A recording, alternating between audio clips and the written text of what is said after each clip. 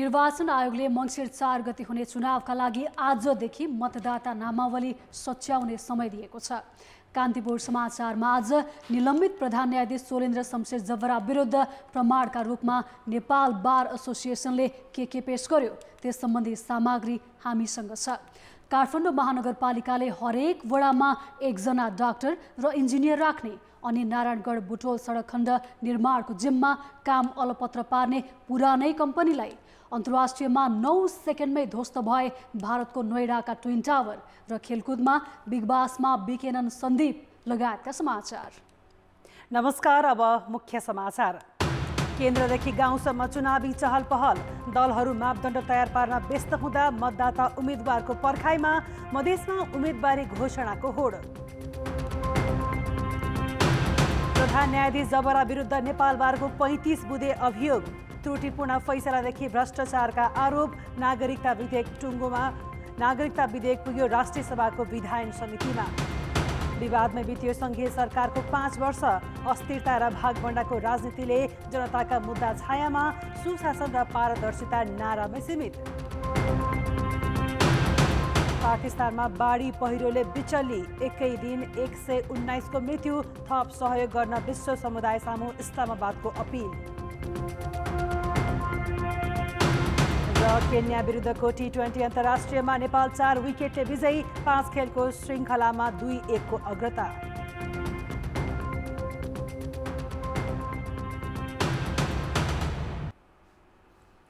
नेपाल बार एसोसिएसनले प्रधान न्यायाधीश चोलेन्द्र शमशेर जबरालाई महाअभियोग पुष्टि हुने आधार भन्दै 35 बुँदे पत्र सिफारिस समितिलाई बुझाएको छ।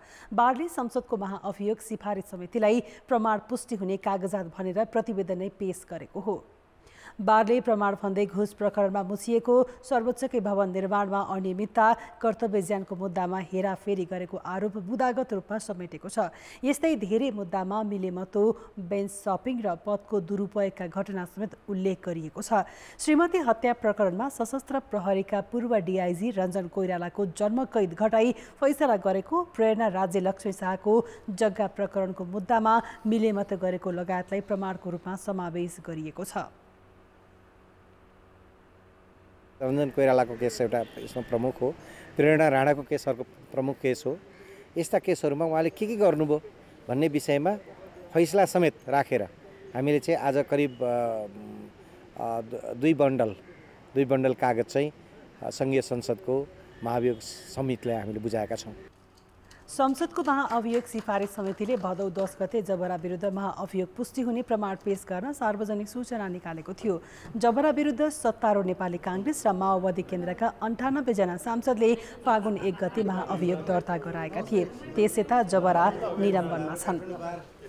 राष्ट्रपति विद्यादेवी भण्डारीले पुनर्विचारका लागि फिर्ता पठाएको नागरिकता विधेयक राष्ट्रिय सभाले विधायन व्यवस्थापन समितिमा पठाएको छ।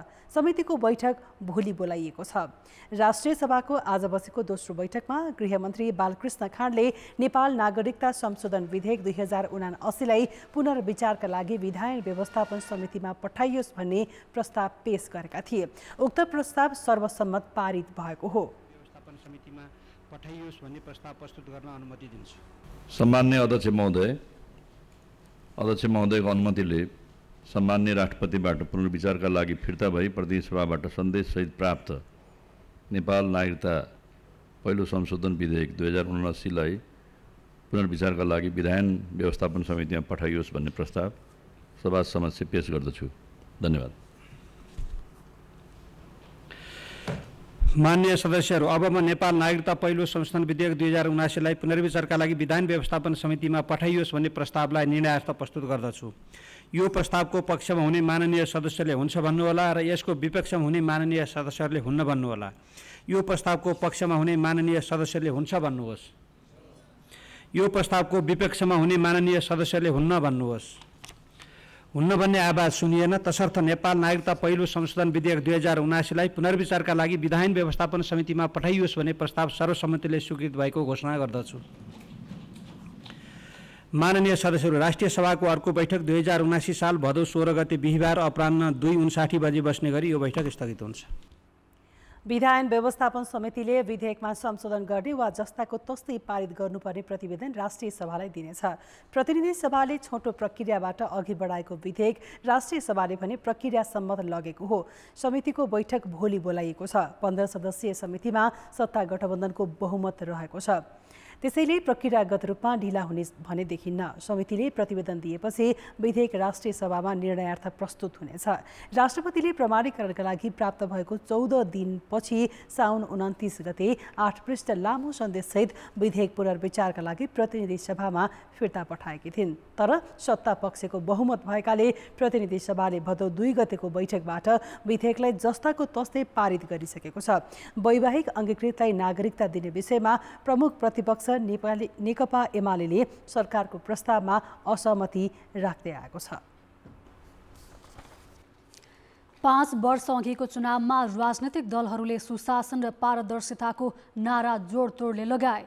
जनताले विश्वास पनि गरे। तर 5 वर्ष राज्य सत्ताको बागडोर सम्हालेका दलहरूले सुशासनका मामिलामा ठोस काम त गरेनन् नै, एकपछि अर्को विवादित घटनामा मुछिए। तत्कालीन केपी शर्मा ओली नेतृत्वको सरकारले महामारीका बेला औषधि खरिदमा अनियमितता गरेको देखि पछिल्लो समय अर्थमन्त्रीले करका दायरा हेरफेरसम्मका घटनाले सरकारी सुशासनमाथि प्रश्न उठिरह्यो। तत्कालीन नेकपा एमाले र माओवादी केन्द्रले 2074 सालको प्रदेश तथा प्रतिनिधि सभा चुनावमा जारी गरेको घोषणापत्रको बुँदा नम्बर 18 मा भ्रष्टाचार र अनियमित कामलाई कडाइका साथ नियन्त्रण गरी पारदर्शिता र जवाफदेही प्रणालीलाई सुदृढ तुल्याइने बाचा गरिएको थियो। चुनाव लगत्तै एमाले र माओवादी सरकार मात्र बनेन, पार्टी नै एक भयो। संसदमा झण्डै 2/3 बहुमत रहेको नेकपा सरकारबाट सुशासनमा अपेक्षा आम नागरिकले गर्नु स्वाभाविक थियो। तर केपी ओली नेतृत्वको सरकारका पालामा सार्वजनिक जग्गा कौडीको भाउमा स्वार्थ समूहलाई दिने, औषधि खरिद प्रकरण, आयल निगम जग्गा प्रकरण, सेक्युरिटी प्रिन्टिङ प्रेस खरिद जस्ता प्रकरणले सुशासनको खिल्ली उडायो। ट्रस्टको जग्गाहरू, त्यसपछि यो पछि ओम्नी प्रकरणहरू, त्यसपछि आयल नियम जग्गा प्रकरण जुन आफ्नो मान्छे लगेर चाहिँ नि विभिन्न खरिद गरिएका जग्गाका कुराहरू, राजस्व प्रकरण कुराहरू, भ्याट छली लगायतका थपिएका छन् गरेका छ यो सरकारले, अघिल्लो सरकारले। त्यसैले वाइड बढी एउटा जुन भनौँ न ठुलो रकम चाहिँ नि खरिदमा घोटाला गर्यो। त्यसपछि आएर सेक्युरिटी प्रिन्ट जुन मेसिनका कुराहरू। नेकपा विघटनपछि संसदमा कमजोर हैसियतमा रहेको काङ्ग्रेसले अनपेक्षित रूपमा सरकारको नेतृत्व पायो। काङ्ग्रेसले पनि आफ्नो संसदीय लोकतन्त्रको जगमा समावेशी, न्यायपूर्ण, उत्तरदायी, भ्रष्टाचार रहित शासन व्यवस्था सुदृढ गर्ने घोषणा गरेको थियो। तर सत्ता टिकाउन एकै वर्षमा 7 पटक मन्त्री परिषद हेरफेर गर्ने मात्र नभएर स्वार्थ समूहको लाभका लागि बजेटमा करका दर नै हेरफेर गर्ने सम्मका विवादले देउवा सरकार पनि आलोचित छ। गठबन्धनको सरकार बनिसकेपछि सबैको विचारलाई समेटेर हिँड्नु पर्यो, नत्र दुर्घटना भइहाल्छ। त्यस कारणले गर्दाखेरि हामी अरू धेरै कुरामा यो सरकार अल्मलिएन, सकेसम्म चाहिने सुशासन कायम गर्नलाई कोसिस गर्यो। सार्वजनिक सेवा प्रवाह र आर्थिक अनुशासनलाई प्रभावकारी बनाउन विभिन्न आयोग बने। ती आयोगले मन्त्रालय, विभाग र संस्थाको संख्या घटाउन र प्रदेश तथा स्थानीय तहलाई अधिकार दिन सुझाव दिए। तर सङ्घीय सरकारले यसलाई सुन्दै सुनेन। विभिन्न आयोगहरू, समितिहरू, कार्यदलहरूले दिएको सुझावहरू त कार्यान्वयन भएन। त्यो नहुने बित्तिकै त्यहाँ सुधारको गुन्जाइसै भएन, त्यस कारणले त्यो हुन सकेन। अर्को चाहिँ धेरै कुराहरू जस्तो मन्त्रालय यति हुनु हुँदैन भनेर भनेको थियो, उल्टो मन्त्रालय फुटाउँदै धेरै मन्त्रालय राख्यो, किनभने चाहिँ राजनीतिक भागबण्डाका लागि। सार्वजनिक सेवा लिन घण्टौं लाइनमा बस्नुपर्ने र महिनौं कुर्नुपर्ने कैयौं उदाहरण छन्। तर जुनसुकै दल सरकारमा पुगे पनि जनताका समस्यामा चासो दिएका छैनन्। अहिले पनि आम चुनाव नजिकिँदैछ र फेरि राजनीतिक दलहरू सुशासनका नारा लेख्न जुटिसकेका छन्। कान्तिपुर समाचारका लागि क्यामेरामा मुरारी घिमिरेका साथ बाबुराम तिमिल सिन्हा, काठमाडौँ। अब जनमतको अन्तिम परिणाम। जनमतमा हिजो हाम्रो प्रश्न थियो, नेपालमा उत्पादित चियाको बजार विस्तार गर्न के गर्नुपर्ला? ए तेस्रो मुलुकसँग सम्झौता, बी गुणस्तरमा सुधार र सी विदेशमा प्रचार। जनमतको अन्तिम परिणाम यस्तो छ। ए तेस्रो मुलुकसँग सम्झौतामा 51%, बी गुणस्तरमा सुधारमा 38% र सी विदेशमा प्रचारमा 11%। अब जनमतमा आजको प्रश्न। जनमत हाम्रो प्रश्न छ, सुशासनमा सरकार र मुख्य दलहरू जिम्मेवार नहुनुलाई के भन्नुहुन्छ? ए सत्ता र शक्तिको दम्भ, बी जनमतको अपमान र सी कानुनको उपेक्षा। जनमतको अन्तिम परिणाम भोलि साँझ 8 बजेको कान्तिपुर समाचारमा प्रसारण गर्नेछौँ। कृपया NEWS न्युज स्पेस AB वा सी टाइप गरी 34001मा SMS गरी आफ्नो मत व्यक्त गर्नुहोला। आगामी मङ्सिर 4 गते हुने प्रतिनिधि सभा र प्रदेशसभा निर्वाचनमा भाग लिन प्रतिनिधि सभाको समानुपातिकतर्फ 68 राजनैतिक दलले निवेदन दिएका छन्। निर्वाचन आयोगले शुक्रबारदेखि आजसम्मको समय दिएर समानुपातिक निर्वाचनमा भाग लिन चाहने दललाई दर्ताको निवेदन आह्वान गरेको थियो, जसमा 68 दलले निवेदन दिएका हुन्। त्यसैगरी प्रदेशसभा निर्वाचनमा भाग लिन चाहने दलले पनि निवेदन दिएका छन्। प्रदेश 1 मा 55 दल, मध्य प्रदेशमा 59, बागमतीमा 58 तथा गण्डकीमा 52 दलले निवेदन दिएका छन्। त्यस्तै लुम्बिनीमा 54, कडालीमा 49 र सुदूरपश्चिममा 50 दलले निर्वाचनमा भाग लिन निवेदन दिएका छन्। आयोगले सोमबार समानुपातिकतर्फ भाग लिन चाहने दलहरूको सूची प्रकाशित गर्नेछ। कुनै दलले निर्वाचनमा भाग लिन नचाहेमा निवेदन फिर्ता लिने समय 14 गतेसम्म तोकिएको छ। आयोगले 15 गते समानुपातिकतर्फको अन्तिम नामावली प्रकाशित गर्नेछ। दल बाहेक अरूले भाग लिन पाउँदैनन्। जस्तो अस्ति 84 वटा निवेदन परे नि, 84 एउटा पछि झिकेर 83 भए। 83 वटा निवेदन परेका दलहरूभन्दा अन्य दलहरूले हिजो आज निवेदन दिन पाउँदैन। त्यसो भए उनीहरूले सबै डकुमेन्टहरू अस्ति पुगिसकेका हुन्छन्, धेरै केही हुँदैन। त्यो भएर त हामीले जाँचबुझको लागि टाइमै राखेनौँ। भोलि एकैचोटि मतलब 13 गते प्रकाशित हुने भयो कि दलको नामावली प्रकाशित भइहाल्ने भयो। आयोगले आजदेखि मतदाता नामावली अध्यावधिक गर्न पनि सुरु गरेको छ। आज सम्बन्धित वडा कार्यालय र निर्वाचन कार्यालयमा मतदाता नामावली प्रकाशन गरिएको छ। नामावलीमा रहेको त्रुटि सच्याउन, उजुरी दिन एवं कुनै मतदाताको एकभन्दा बढी स्थानमा नाम समावेश भएमा एउटा कायम राख्न सकिनेछ। त्यसका लागि भदौ 13 देखि 15 गतेसम्म निर्वाचन कार्यालयमा निवेदन दिनुपर्ने आयोगले जनाएको छ। प्रतिनिधि सभा र प्रदेशसभा निर्वाचनका लागि सिट बाँडफाँड गर्न बनेको सत्तारूढ 5 दलको कार्यदलमा आज छलफल मात्रै भएको छ। प्रधानमन्त्री निवास बालुवाटारमा आज बसेको कार्यदलको बैठकमा प्रदेशसभातर्फ प्रत्यक्ष 330 सिटबारे सामान्य छलफल भएको काङ्ग्रेस महामन्त्री गगन थापाले जानकारी दिए। कार्यदलले प्रतिनिधि सभाको 165 सिटको वस्तुस्थिति र अहिलेसम्मका प्रगतिबारे शीर्ष नेतालाई जानकारी गराउने भएको छ। र प्रतिनिधि सभा निर्वाचन क्षेत्रलाई पहिला टुङ्गो लगाउने, त्यसको यकिन गर्ने र त्यसपछि चाहिँ प्रदेश सभा निर्वाचन क्षेत्र टुङ्ग्याउने भन्ने कुरा छलफलमा आयो र यसले गठबन्धनका नेताहरूलाई यो विषयमा अवगत गराउने, जानकारी गराउने, सुझाव दिने। प्रतिनिधि सभाको प्रत्यक्षतर्फ 165 सिटमा 5 दलले अस्वाभाविक दावी गर्दा कुरा मिल्न सकेको छैन। प्रतिनिधि सभा तथा प्रदेश सभाको निर्वाचन मिति नजिकिँदै गएसँगै पहाडी जिल्लाका मतदातामा पनि कौतूहलता सुरु भएको छ। राजनीतिक दलहरू उम्मेदवारको मापदण्ड तयार पार्न व्यस्त हुँदा मतदाता कस्ता उम्मेदवार आउलान् भन्ने चर्चा गर्न थालेका छन्। अहिले सहर बजारमा मात्र नभएर गाउँ-गाउँमा पनि गठबन्धन, उम्मेदवार र एजेन्डाका कुरा हुने गरेको छ। सिन्धुपाल्चोकको क्षेत्र नम्बर 1 सत्ता गठबन्धनबाट सभामुख अग्निप्रसाद सापकोटाले टिकट पाउँछन् कि काङ्ग्रेसका केन्द्रीय सदस्य मोहन बस्नेतले भन्ने चर्चा भइसकेको छ। दुवैजना एउटै क्षेत्रका सशक्त दावेदार हुन्। यस्तै क्षेत्र नम्बर 2 मा एमाले नेता शेरबहादुर तामाङ र राष्ट्रिय प्रजातन्त्र पार्टीका नेता पशुपति शमशेर जबरालाई टक्कर दिन गठबन्धनबाट को उम्मेदवार होला भन्ने चर्चा पनि छ। प्रतिनिधि सभामा 2 र प्रदेश सभातर्फ 4 सिट रहेको सिन्धुपाल्चोकमा मुख्य दलले कस्ता उम्मेदवार उठाउँछन् भन्नेमा मतदातामा कौतूहलता छ। गठबन्धनको पनि कुरा छ, कसले पाउने कसले छोड्ने, किनभने सबैजना चाहिँ मन्त्रीदेखि लिएर सभामुखसम्मका व्यक्तिहरू रहनु भएको छ।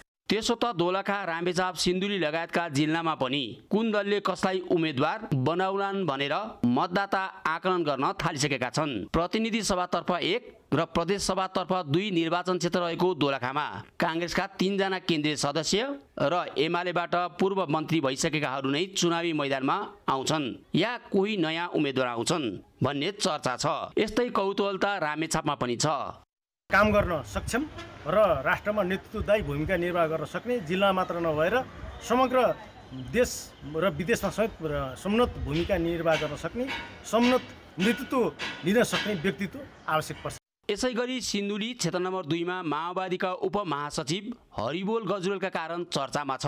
यो क्षेत्रमा गठबन्धन हुन्छ कि दलहरू छुट्टा छुट्टै लड्छन् भनेर आम मतदाताले चासो राखेका छन्। प्रतिनिधि सभातर्फ 2 र प्रदेश सभातर्फ 4 निर्वाचन क्षेत्र रहेको सिन्धुलीमा कस्ता उम्मेदवार चुनावी मैदानमा उत्रन्छन्, चिया पसलदेखि चौतारीसम्मै चर्चा चुलिएको छ। साझा भनेर जनताको काम गर्न सक्ने, अलि लङ भिजन दूरगामी दृष्टि भएको नेताहरू आउन् भन्ने मेरो चाहनामा लाग्छ हैन। अहिले धेरै यो पार्टीको कुराहरूले गर्दाखेरि धेरै अप्ठ्यारो परिस्थिति सिर्जना भइसकेको छ। निर्वाचन पश्चात चाहिँ पार्टीभन्दा पनि माथि उठेर जनताको काम गर्ने खालको प्रतिनिधि हुनुपर्छ। योङ पनि हुनु पर्यो, इनर्जी हुनु पर्यो, काम गर्न सक्ने क्षमता पनि भएको हुनु पर्यो। जो त्यस्तो खालको उम्मेदवार हुनु पर्यो जसले जनताले त्यो उम्मेदवार आयो भन्दा चाहिँ उनलाई भोट दिन पनि भित्रबाट नै इनर्जी आओस्। निर्वाचनको मिति नजिकै जाँदा मुख्य दलका उम्मेदवार टिकट लिन केन्द्रीय नेताको घर दैलो धाउँदैछन्। अबको केही दिनभित्रै दलहरूले उम्मेदवारी टुङ्गो लगाए चुनावी माहौल अझ राम्रो बन्दै जाने देखिन्छ। कान्तिपुर समाचारका लागि सिन्धुपाल्चोक सहकर्मी कमला पाखरिन, रामेछाप सहकर्मी दीपक भट्ट र सिन्धुली सहकर्मी राजकुमार कार्कीको साथमा केदार शिवाकोटी, दोलखा। मङ्सिर 4 गते हुने प्रतिनिधि सभा र प्रदेश सभा सदस्य निर्वाचनका लागि राजनैतिक दलहरूले उम्मेदवार टुङ्गो लगाएका छैनन्। तर मध्य प्रदेशमा आकांक्षीहरूबाट उम्मेदवारी घोषणा गर्ने होड नै चलेको छ। त्यति मात्र होइन, बस्ती बस्ती र चिया पसलमा समेत चुनावी चर्चा बढेको छ।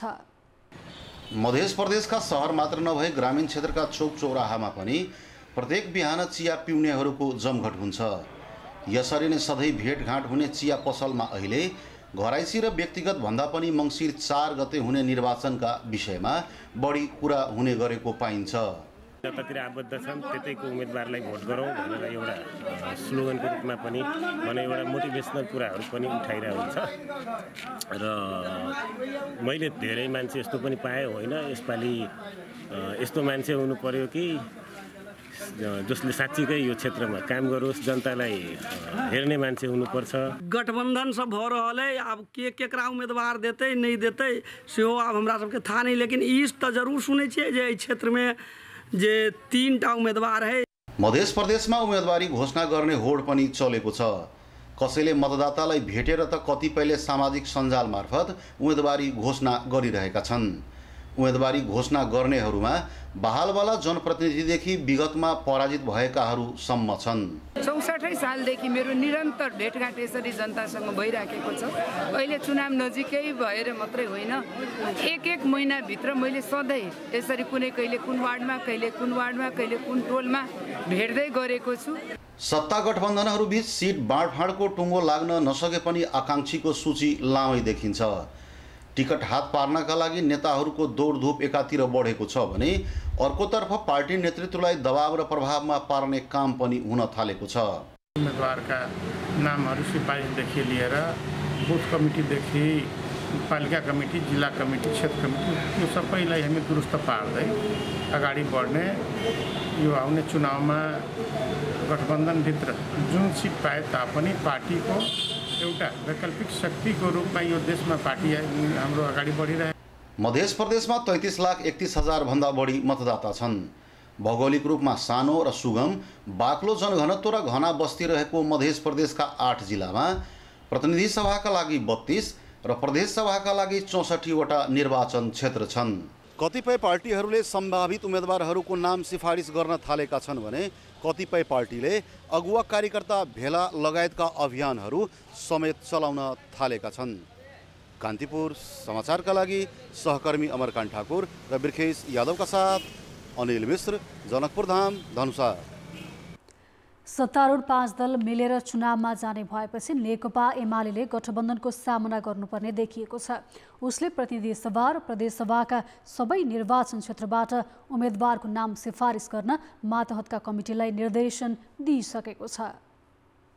नेकपा एमाले 165 निर्वाचन क्षेत्रबाट प्रत्यक्ष र समानुपातिक उम्मेदवारको नाम भदौ 22 गतेभित्र पठाउन भनेको हो। मङ्सिर 4 गते हुने निर्वाचन जित्न सक्ने लोकप्रिय र कानुनी रूपमा योग्य व्यक्ति छान्ने मापदण्ड बनाएको एमालेलाई सत्तारूढ 5 दलको गठबन्धनसँग प्रतिस्पर्धा गर्न भने सजिलो छैन। त्यसैले पूर्व सहकर्मी नेता कार्यकर्तालाई पार्टीमा बोलाउने र साना दलसँग आफू अनुकूल तालमेल गर्ने एमालेको रणनीति छ।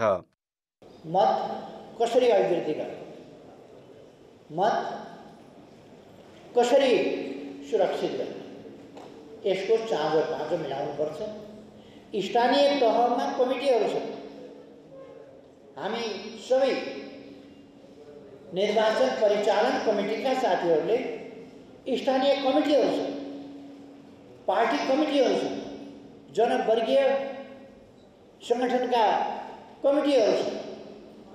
पार्टी कमिटी र जनवर्गीय सङ्गठनहरूसँग मिलेर तिनलाई परिचालन गरेर 2074 सालको निर्वाचनपछि दुई पटक प्रतिनिधि सभा विघटनको सिफारिस गरेको र त्यही कारण फुटेको एमाले यसपालि जनताबीच जाँदा के मुद्दा लैजान्छ त्यो चासोको विषय छ। आजका मितिबाट भदौको 22 गतेसम्म हाम्रो एउटा साइकल रहन्छ। त्यो बेलासम्ममा सिफारिस काम सकिन्छन् र तलका हाम्रो कमिटीहरूले निर्वाचनको प्रयोजनको लागि बैठकहरू सम्पन्न गर्छन्। त्यसपछि नि हामी हाम्रो एजेन्डालाई अगाडि लिएर जान्छौँ र चाहिँ उम्मेदवारको घोषणा गर्छौँ। एउटा पार्टी सदस्यले 2 मत वृद्धि गर्नुको अतिरिक्त 5 जना मतदाताको सुरक्षाको समेत जिम्मा लिनुपर्ने एउटा निर्देशन त्यो व्हिप चाहिँ केन्द्रको बैठकले सबै पार्टी सदस्यलाई जारी गरिसकेको छ। एमाले गत वैशाखमा सम्पन्न स्थानीय तह निर्वाचनमा अपेक्षित जित हात पार्न सकेको थिएन। अहिले अध्यक्ष केपी शर्मा ओलीलाई आगामी प्रधानमन्त्रीको रूपमा अघि सारेको छ। स्थानीय निर्वाचनको जनमत र सत्ता गठबन्धनको सहकार्य हेर्दा मङ्सिर 4 गतेको निर्वाचन पनि एमालेका लागि चुनौतीपूर्ण हुन सक्छ। कान्तिपुर समाचारका लागि क्यामेरामा सुरज खड्काको साथमा अवतार राई, काठमाडौँ। गठबन्धन दलबीच सिट बाँडफाँडको छलफल जारी रहेका बेला नेपाली काङ्ग्रेसले भने देशव्यापी चुनावी अभियान सुरु गरेको छ। 77 वटै जिल्लामा केन्द्रीय स्तरका नेता परिचालन गरेर काङ्ग्रेसले प्रशिक्षण दिन थालेको हो। यसलाई चुनावी माहौल बनाउने र गठबन्धनमा दबाव बढाउने रणनीतिका रूपमा हेरिएको छ। नेपाली काङ्ग्रेसका केन्द्रीय सदस्य एनपी साउदले आइतबार कैलालीको कैलारी गाउँपालिकामा आयोजित चुनावी अभियानलाई सम्बोधन गर्दै काङ्ग्रेस एक ढिक्का भएर चुनावमा होमिनुपर्ने बताए। त्यसो त उनले गठबन्धन दलमा मत आदान प्रदान गर्न तयार रहनुपर्ने समेत कार्यकर्तालाई विश्वस्त बनाउन खोजेका थिए। यस्तै चुनावी मुद्दा लिएर काङ्ग्रेसले देशव्यापी अभियान थालेको छ। प्रधानमन्त्री एवं काङ्ग्रेस सभापति शेरबहादुर देउवाले शनिबार बुटवल पुगेर नवनिर्मित अन्तर्राष्ट्रिय सम्मेलन केन्द्रको भवन उद्घाटन गरेका थिए। त्यहाँ गृहमन्त्री बालकृष्ण खाँडले विकासका मुद्दालाई चुनावी अभियानको रणनीतिसँग जोड्न खोजेका थिए। नेता शेखर कोइराला केही दिन यता विराटनगरमा निरन्तर कार्यकर्ता भेटघाटमा छन्। चुनावी अभियान लिएर 10 भदौदेखि काङ्ग्रेसका केन्द्रीय नेता 7 प्रदेश पुगिसकेका छन्। समन्वय गर्ने काममा म सधैँ लागिरहेको छु, अहिले पनि त्यही लागेको छु। अब खालि एउटा एजेन्डा फरक के छ भने निर्वाचन आउँदो छ, मङ्सिर 4 गतेका लागि अब निर्वाचनमा जुटौँ भन्ने चाहिँ तयारी छु। काङ्ग्रेसले प्रतिनिधि सभा सदस्यको प्रत्यक्ष तथा समानुपातिक तर्फका उम्मेद्वारको नाम भदौ 20 भित्र सिफारिस गर्न क्षेत्रीय समितिलाई निर्देशन दिएको छ। प्रदेश सभा तर्फबाट केन्द्रीय महाधिवेशन प्रतिनिधि र प्रदेश अधिवेशन प्रतिनिधिको संयुक्त बैठक राखेर उम्मेदवारको नाम सिफारिस गर्नुपर्नेछ। कार्यकर्तामा पुनर्ताजगी गर्ने अनि यो चाहिँ अब काङ्ग्रेस केन्द्रले गरेको छ भने त्यसै गरी अब बागमती प्रदेशले नै आफ्नो प्रतिनिधि खटाएर प्रदेशको अवस्था के छ, त्यहाँको चाहिँ हिजोको भूगोलमा को चुनाव लड्यो, कसरी चाहिँ चुनाव भयो, 66 प्रदेशमा हाम्रा प्रतिनिधि खटाउने काम अगाडि बढाएको छ। गाउँपालिका स्तरमा, प्रदेश स्तरमा, क्षेत्रीय स्तरमा, जिल्ला स्तरका सबै कार्यकर्ता लेभलको के छ त त्यहाँ को पुगेछ, को जन पुगेछ, को लोक पुगेछ, जसलाई निर्वाचनमा टिकट दिँदाखेरि नेपाली काङ्ग्रेसले परिणाम हासिल गर्न सक्छ, उद्देश्य चाहिँ त्यो हो। सत्तारूढ 5 दलले सिट बाँडफाँडको अझै सहमति गर्न सकेका छैनन्। कार्यदल छलफलमै सीमित हुँदा गठबन्धनको नेतृत्वकर्ता काङ्ग्रेसले चुनावी अभियान जिल्ला स्तरमा पुर्याउनुले गठबन्धन दलमाथि दबाव बढाउन खोजे जस्तो पनि देखिन्छ। कान्तिपुर समाचारका लागि जिल्ला सहकर्मी र क्यामेरामा विनोद कोजुका साथ पर्वतराज घिमिरे, काठमाडौँ। मङ्सिर 4 गते हुने प्रतिनिधि सभा तथा प्रदेश सभा निर्वाचनका लागि गृह मन्त्रालयले सुरक्षा योजना तयार पारेको छ।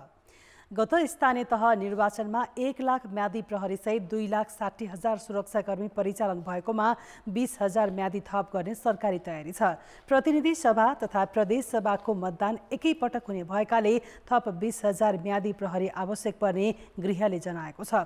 त्यस्तै नेपाल प्रहरीले आफ्ना लागि 1400 भन्दा बढी सवारी साधन, सुरक्षा र सञ्चार सामग्रीसहित 4 अर्बभन्दा बढी रकम मागेको छ।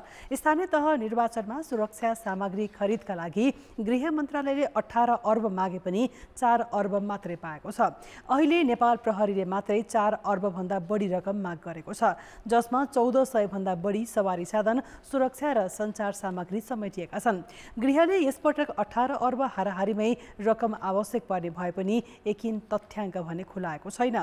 स्थानीय तहको निर्वाचनमा हतियार नपुगेर नेपाली सेनासँग 900 थान पिस्तोल सापट्टी मागेको प्रहरीले यसपटक पनि सापट्टीमै चलाउने भयो। निकायहरूले रिसोर्स आकलन गरेर हाम्रो अर्थ मन्त्रालयमा गृह मन्त्रालय मार्फत प्रेस भइसकेको छ।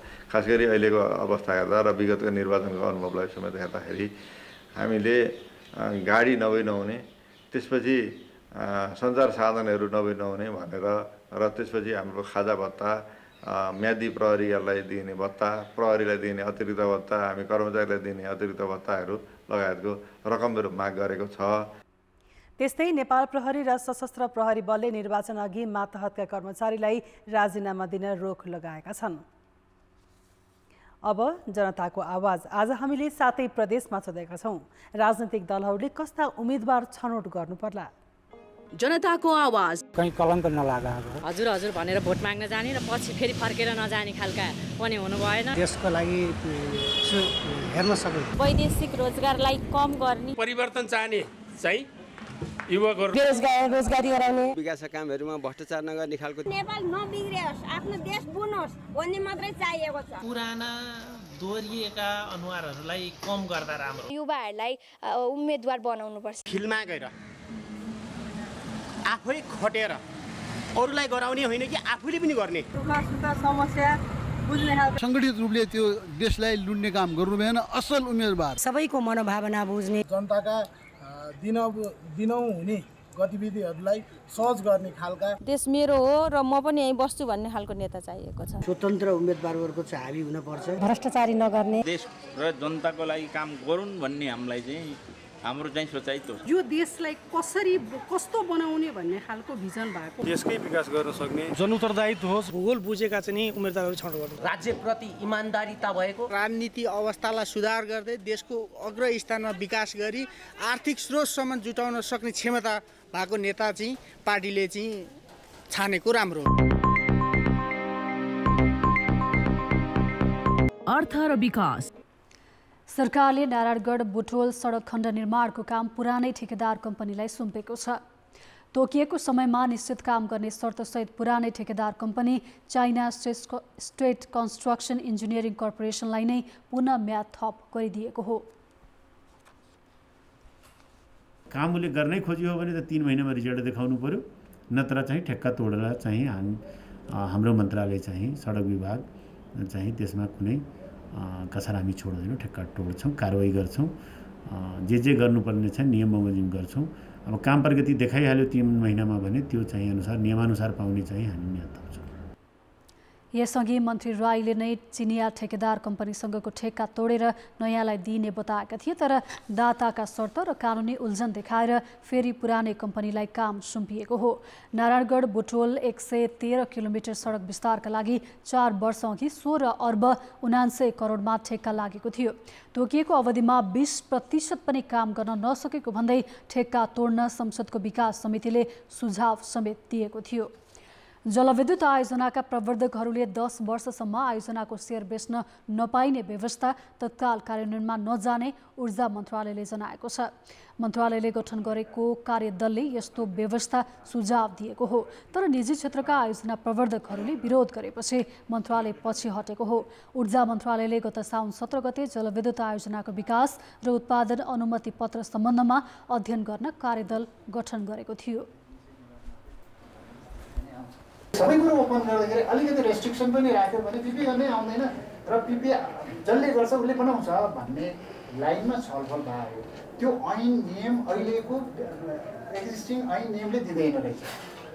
ऐन नियमले दिँदैन, कुनै पनि सेयर ट्रान्सफर गर्न अहिलेको ऐन नियमले सेयर ट्रान्सफर गर्न मिल्छ।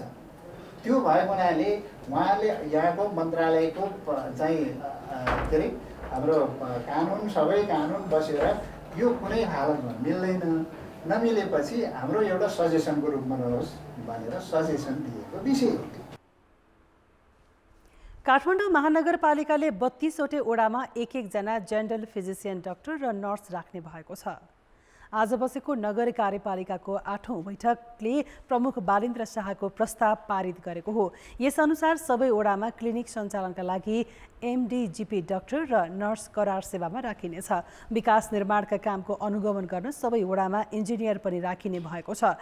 यसैबीच प्रमुख शाहले अनधिकृत संरचना हटाउँदा आफूले कार्यकारिणी अधिकार प्रयोग गरेको स्पष्ट पारेका छन्। आज विज्ञप्ति जारी गर्दै शाहले कानुन पालना गर्न 35 दिने सूचना दिँदा पनि अटेर गरेपछि गैर कानुनी कार्यको रोकथाम तथा नियन्त्रण गर्न महानगरी प्रहरी बल परिचालन गर्नु परेको जनाएका छन्। खेलकुद समाचार।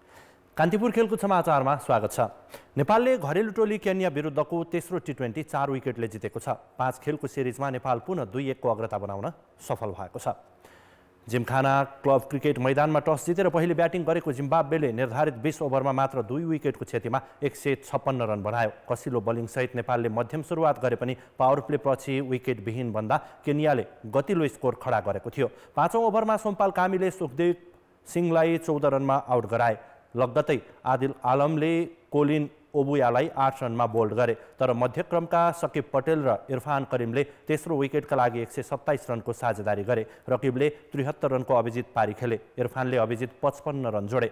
नेपालले 157 रनको लक्ष्य 4 बल बाँकी छँदा 6 विकेटको क्षतिमा पुरा गर्यो। नेपालले टी20 आईमा पुरा गरेको यो नै सर्वाधिक स्कोर हो। आक्रमक सुरुवात गरेको नेपालका ओपनर पवन सराफ 20 रनमा आउट भए। डेब्यू खेल खेलेका अर्जुन साउदले 3 छक्का र 2 चौका सहित 35 रन बनाए। दिपेन्द्र सिंह ऐरीले 4 रन मात्र बनाउन सके। रोहित पौडेल 18 बलमा 29 रन जोड्दा आउट भयो भने ज्ञानेन्द्र मल्लले 46 रन जोडे। ज्ञानेन्द्र अर्धशतक बनाउन 4 रनले चुके। यी दुई ब्याट्सम्यानले 17औं ओभरमा 21 रन जोडेपछि नेपालले जितको आधार तय गरेको थियो।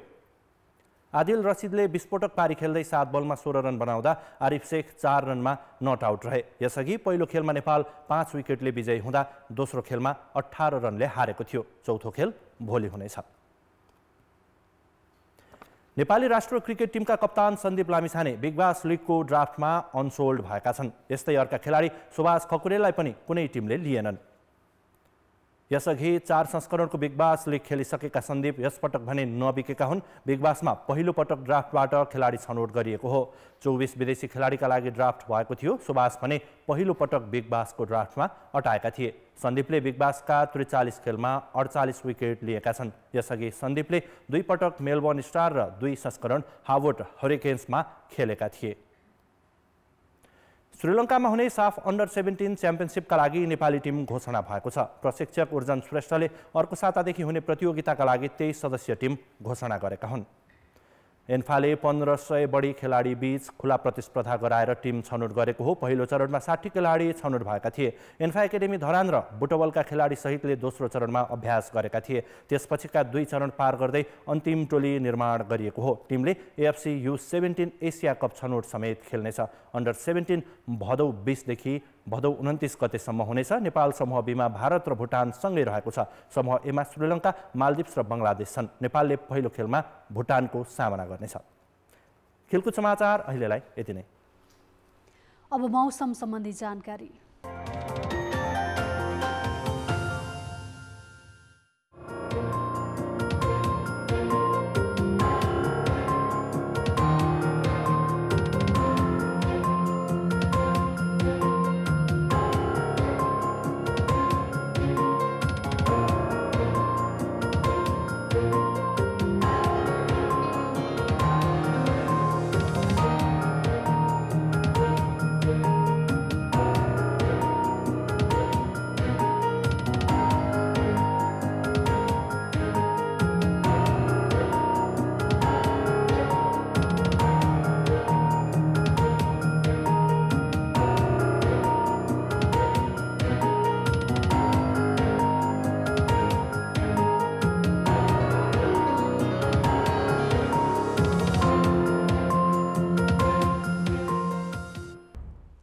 भारतको राजधानी नयाँ दिल्लीसँगै जोडिएको नोइडामा अनधिकृत रूपमा बनाइएको 32 तले ट्विन टावरलाई अदालतको आदेशमा ध्वस्त पारिएको छ। 2 अर्ब भारु लगानीका 103 मिटर अग्ला 2 भवनलाई आधुनिक प्रविधिको प्रयोग गरेर 9 सेकेन्डमै भत्काइएको हो। जाँदा जाँदै भग्नावशेष र धुलोमा परिणत भएको टावरका केही दृश्य छोडिँदै जाँदैछौँ।